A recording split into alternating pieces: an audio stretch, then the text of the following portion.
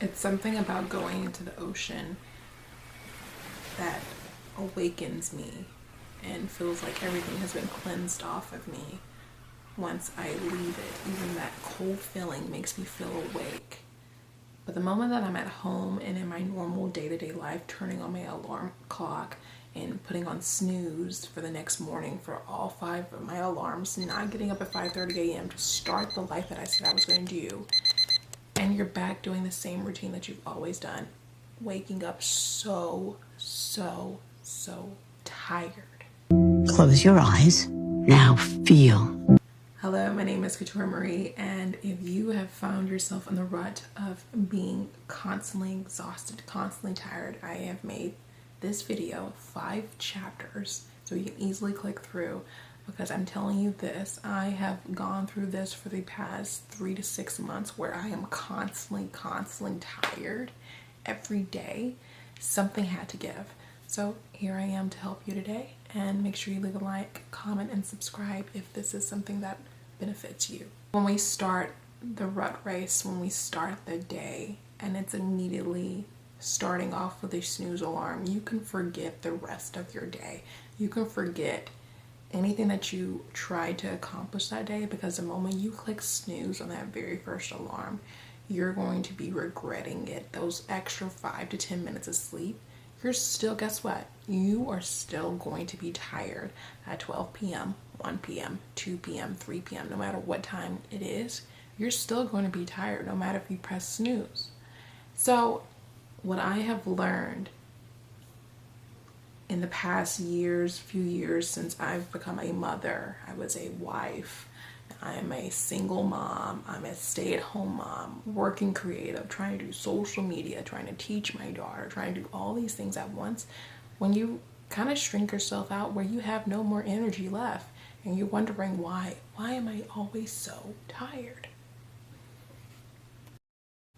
Which leads us into chapter 1, the impact of having fatigue constantly.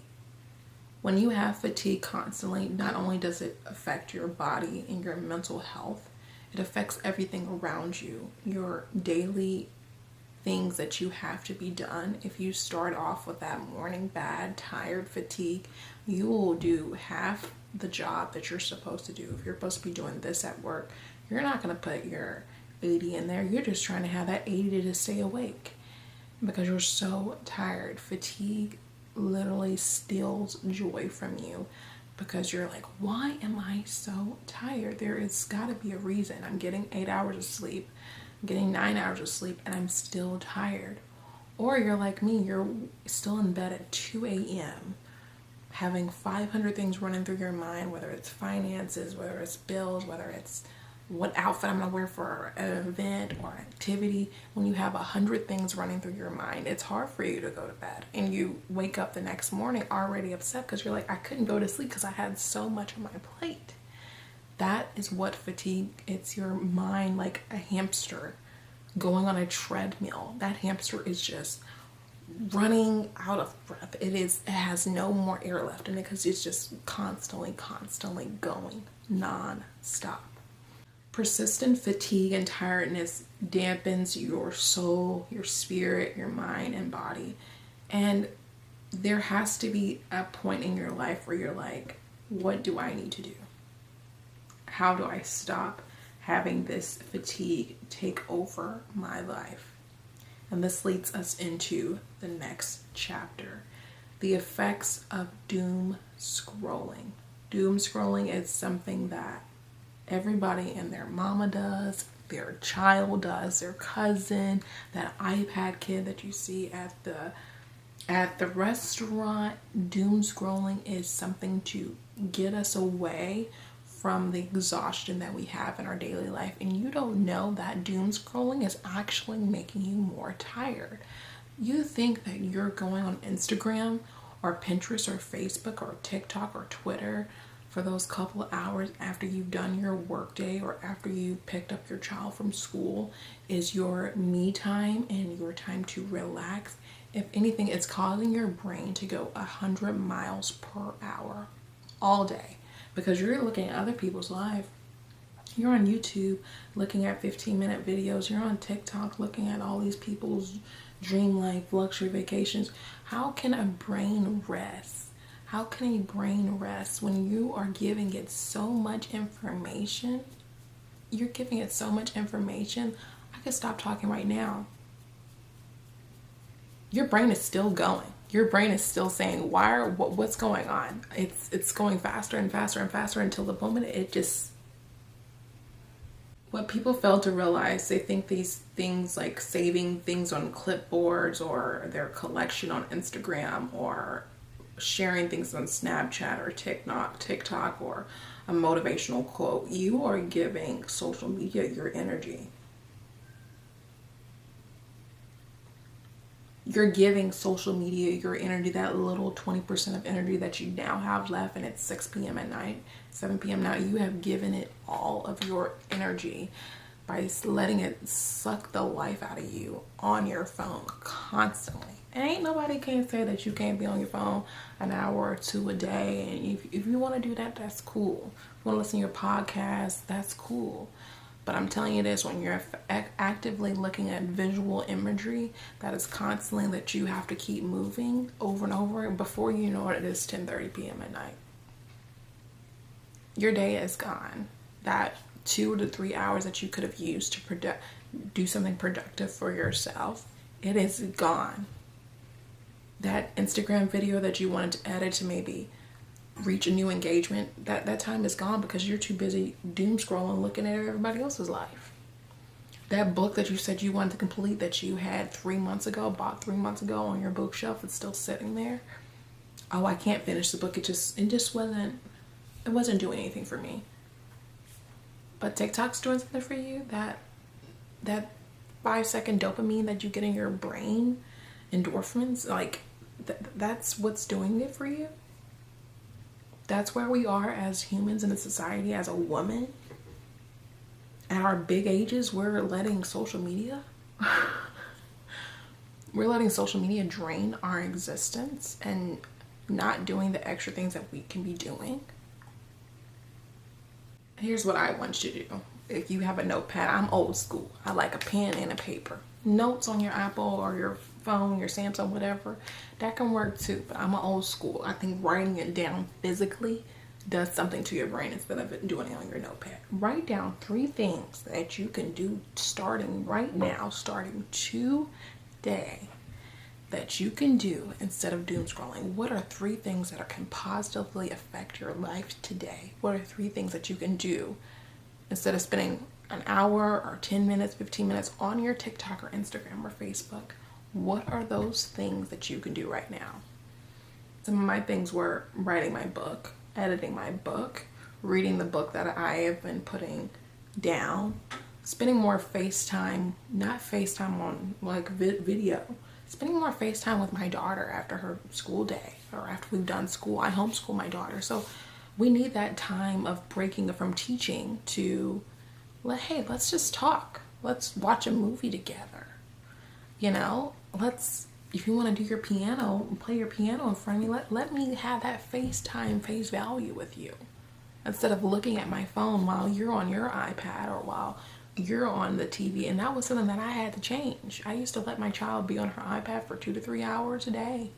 Now her screen time is barely an hour because we are spending those FaceTime together. We're doing things and activities around the house, going outside to play or going to museums. We're doing fun things together because that time that we were using to be on our phone for downtime, for relaxing, was just doom scrolling. It wasn't doing nothing for us. It wasn't doing nothing for her. We're actually spending our nights every day reading a book.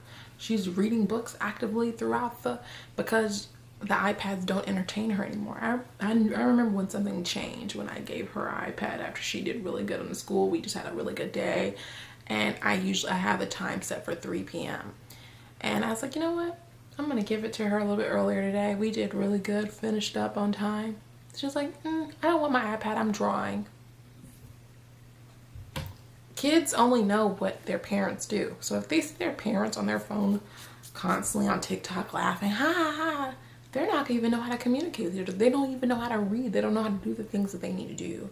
as growing children, and that's what they learn. Like, we may have had that opportunity as kids, but these kids are not having that opportunity because they have everything in the glimpse of an eye, from iPads to TikToks to things that are moving so fastly.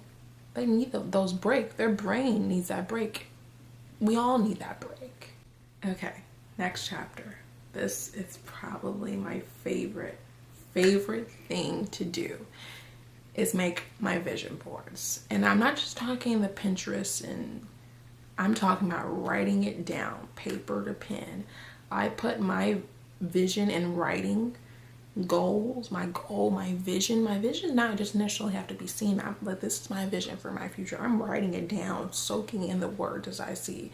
I put in for October, November, and December. To end the last 3 months of the year of the bank, I put the things that I wanted to do for each month. Not for the whole year, not for next year, not for my big goal plan. I'm talking about breaking down that vision from the yearly goal to monthly goals. So for example, I put, like, I wanted to do another pumpkin patch, go to the library, go to the bigger library more.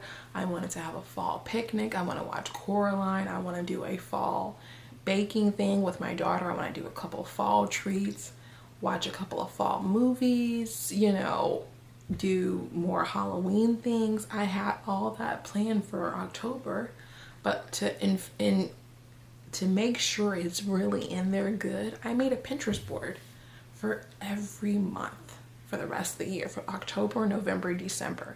And what I did was to make it my last screen. I said, I want to be able to see, you may not see it, but I was like, I want to see what I want to be every day. I want to see what I'm going to be for every day for the month of October. And for the month of October, I wanted to bake. I have baking, and I want to dress a certain way. I want to go outside and do a picnic with my boyfriend. I want to read more. I want to read 2 books this month. That's what I put for my October goal list. Writing down your goal list and doing it from October, November, and December, and seeing that and doing a checklist. Oh my God. I'm telling you, it scratches something in my brain. It will scratch something in your brain the moment you've done something that you really want to do, even if it's simple as watching a movie for nostalgia, watching Twilight, watching Coraline, doing your hair a certain way. Those are small goals, but they actually are big goals because they give you something to look forward to. Your tiredness goes away when you like, oh my God, I just completed what I said I was going to complete. It makes you revamp all the way up again. Now, this is something for maybe for my darker hued girlies, my melanin girlies, something that I knew I actually got tested for a long times ago. And sometimes you just need to go to the doctor and get your vitamin levels tested. My vitamin D was so drastically low, I basically had none, which causes your energy to drain, where you're always tired, make you depressed, make you sad. And I started taking vitamin D3 supplements every single day. And you cannot stop these vitamins. You can't stop them when you start to feel better, because the moment you stop, it's like a crash. Kind of like when you drink coffee and it's like you have to have it to survive. You need to do your body the same way with vitamins. And taking a multivitamin, those different things, vitamin C, going outside and getting, I'm telling you, what do they call it? Metamorphosis? Photosynthesis? I'm telling you, the moment I go outside, I'm like, not the outside on the streets, I'm talking about outside walking. Baby, that sun be like, I'm not tired anymore. I'm not sad anymore. I feel good, But that's one thing that I would suggest for any woman, any man, whoever. This is more dedicated more towards my channels, more for women, but for anybody that's like looking down and they need that vitamins, like, I'm telling you, maybe you need to go get a shot. Go to the little they have those different at home where they come and give you a vitamin booster. And once I've gotten those, I feel so much better. And then I just take my supplements to like keep it going. And that could be a huge reason why you're not getting that energy, because you may be lacking something in one of your vitamins that you're not taking. I hate taking vitamins, but I'm telling you, I feel like a huge difference when I do take them. And lastly, don't let what you currently feel dictate how you feel for the rest of the day. I tell you this, I've had one of those good days where I cleaned up everything and my house is looking good, I'm looking good, and the next day I crash because I used all my energy the day before. Don't let that happen to you. If you need to do baby steps and let it, you know, go from there. Me, on the other hand, I'm an all or nothing type of girl. It's either gonna get done today or it won't get done at all. And then you may need that recovery day. It's okay to take a rest sometimes. It's okay to take a rest for those days in between where you're feeling like, okay, I just did everything that I'm supposed to do and now I need to relax. Maybe Jesus, God, took a rest of relaxation. We can too, you know. He rests. God rests after he did his thing. And we can do the same thing too. I just want to thank you, angels, for watching, and I love each and every one of you, even if I don't know you. Please don't let what's happening at this very moment affect your week, your month, your end of the year, because we can still end the year very strong and the things that we want to do. Okay. Bye. Christina! Christina's gone.